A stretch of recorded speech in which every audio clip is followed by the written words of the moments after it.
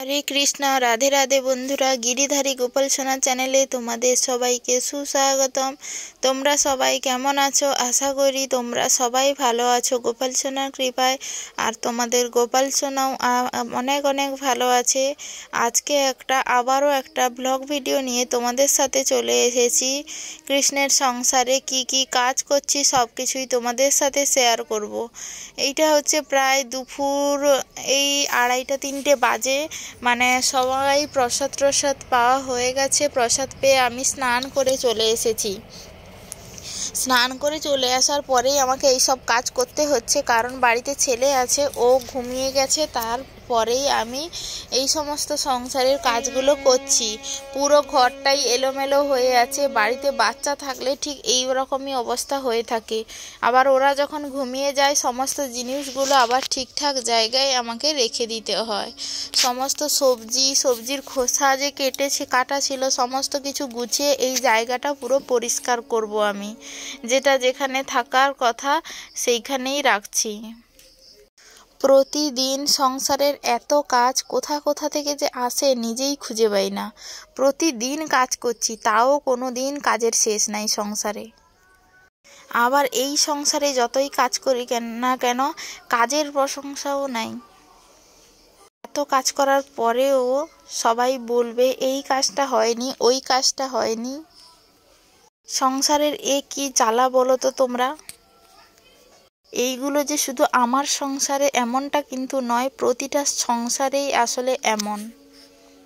সংসারে সবার মন জয় করার পরেই ভক্তি জীবন করতে হবে, তাহলেই সবাইকে নিয়ে একসাথে ভালোভাবে থাকতে পারবো।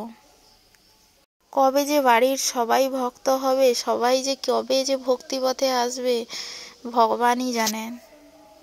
দিন একটু মনের শান্তিও হয়তো থাকবে। এখন তো মনেরও শান্তি নেই আর শরীরেরও শান্তি নেই। বাইরে দেখেছো ধান বলতে বলতে পেকে এসেছে। এই ধান পাকা হয়ে গেছে, আর 1 মাসের ভিতরে বাইরে ধান চলে আসবে। তাই জ্বালানি গাছপাতা সব কাটাকাটি, বাইর পরিষ্কার সমস্ত কিছু আরম্ভ হয়ে গেছে। ঘরে টুকিটাকি কাজ। আর জানো তো আমাদের ঘরে নারকেল গাছ আছে, অথচ আমরা ডাব কিনে খাই, এমন অবস্থা। কেন বলো তো? নারকেল গাছে তো কেউ উঠতেই জানে না। সেই লোককে দিয়ে যদি লোক খুঁজে খুঁজে তাও কবে পারবে ঠিক নেই, এরকম করে করে তো নারকেলই হয়ে যায়। ডাব আর খাওয়া যায় না। যখনই ডাব খাওয়ার প্রয়োজন হয় তখনই বাজার থেকে কিনতে হয়। আর আমাদের এখানে ডাবের দাম 50 টাকা করে। তাও আবার জল থাকবে কতটুকু জানো তো? সে না খাওয়ার মতো জল। ওইটুকু ডাবের দাম 50 টাকা, অথচ ঘরে ডাব থাকতেও ডাব খেতে পারি না। আমার ঘরে গাছগুলো তেমন বড় বড় নয়, তাও কেউ গাছে উঠতে পারে না। সবাইকে বলি একটু গাছে ওঠা শিখতে পারলে না, আমার ছেলে বড় হোক নারকেল গাছে ওঠা শিখিয়ে দেব। একটা ডাব খাওয়া যায় না, বাড়িতে ডাব থাকা সত্ত্বেও সেই বাজার থেকে কিনে কিনে খেতে হয়।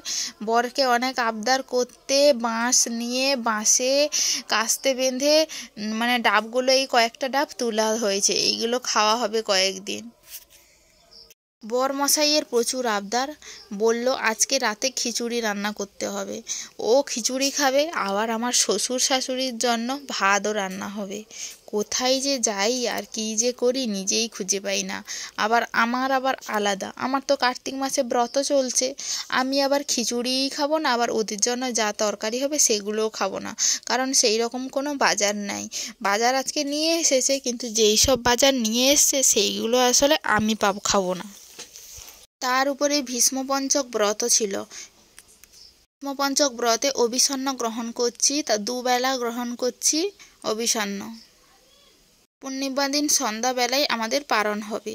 তারপরেই সমস্ত সবজি আবারও খাওয়া আরম্ভ হয়ে যাবে।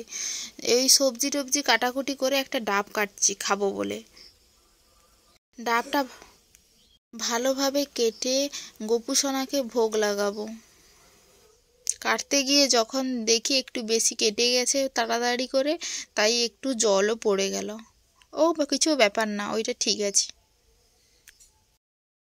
ডাবগুলো একদমই নরম, কারণ ডাবের ভিতরে একটা শাঁস থাকে, সেই শাঁসটা কিন্তু হয়নি। শুধু আমি আজকে যেই ডাবটা কেটেছি একটু একটু বসেছে, না হলে এর সাথে যে আরও ডাবগুলো কাটা হয়েছে তোলা হয়েছিল ওইগুলো যখন পরে কেটে দেখা হয় ওইগুলোতে একটুও মানে শাঁস বসেনি। এই ডাবগুলোই আসলে শরীরের পক্ষে ভালো, যেগুলোতে একদম কিছুই বসে না, ওইটা হচ্ছে মানে একদম ভালো ডাব।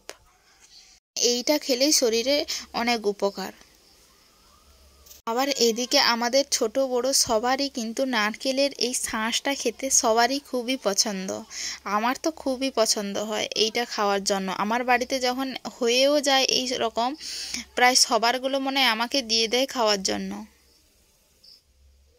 পরে ওই ডাবের খোলাগুলো আমি ছোট ছোট করে ভাগ করে নিচ্ছি, কারণ এগুলো শুকনো হয়ে যাবে তাড়াতাড়ি, তখন এগুলো জ্বালন দিয়ে দেওয়া হবে। এইটাও একটা জ্বালানি হয়ে গেল আমাদের।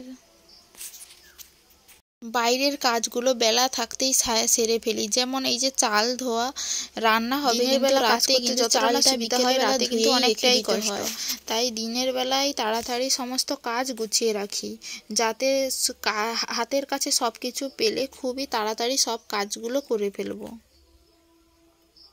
বাইকটা কি অবস্থা দেখেছো? গাছের ডালা ডোলানো হয়েছিল, তাই বাইকটার এই অবস্থা।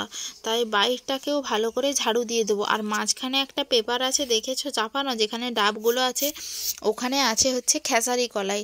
খেসারি কলাইও মারা হবে মাঠে, তাই জন্য প্রত্যেক দিন রাতের বেলা শিশিরে দেওয়া হয়, আর ওইখানে শিশিরে দেওয়া হয়, আবার সকাল হলেই ওইগুলো চাপিয়ে রেখে দেওয়া হয়।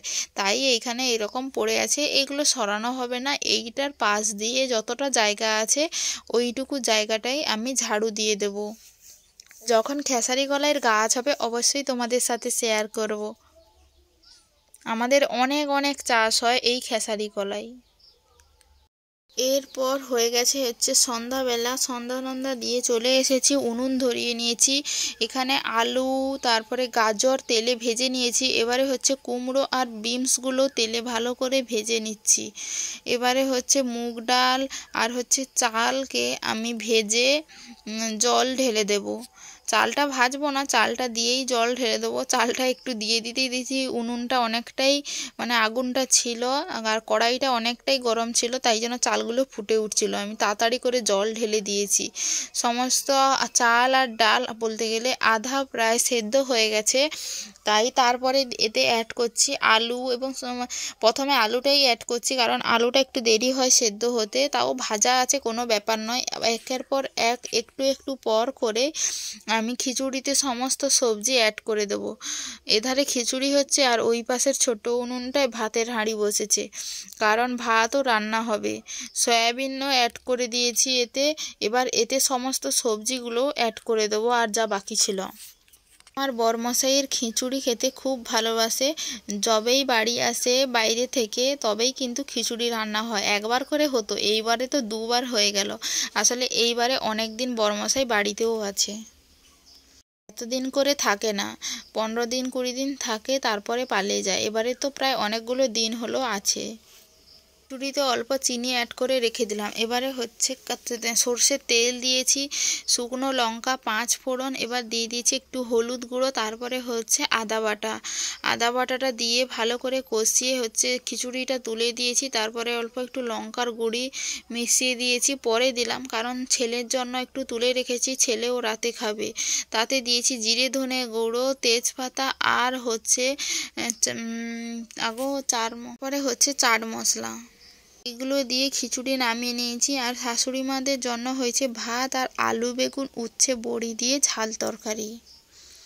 ভিডিওটাও বেশি বড় করব না। কৃষ্ণের সংসারে এই ছোটোখাটো খুঁটিনাটি কাজগুলো তোমাদের কেমন লাগছে অবশ্যই কমেন্ট করে জানিও। ভিডিওটা ভালো লাগলে লাইক কমেন্ট শেয়ার করতে একদম ভুলো না। দেখা হচ্ছে পরের ভিডিওতে। হরে কৃষ্ণ, রাধে রাধে, হরি বল।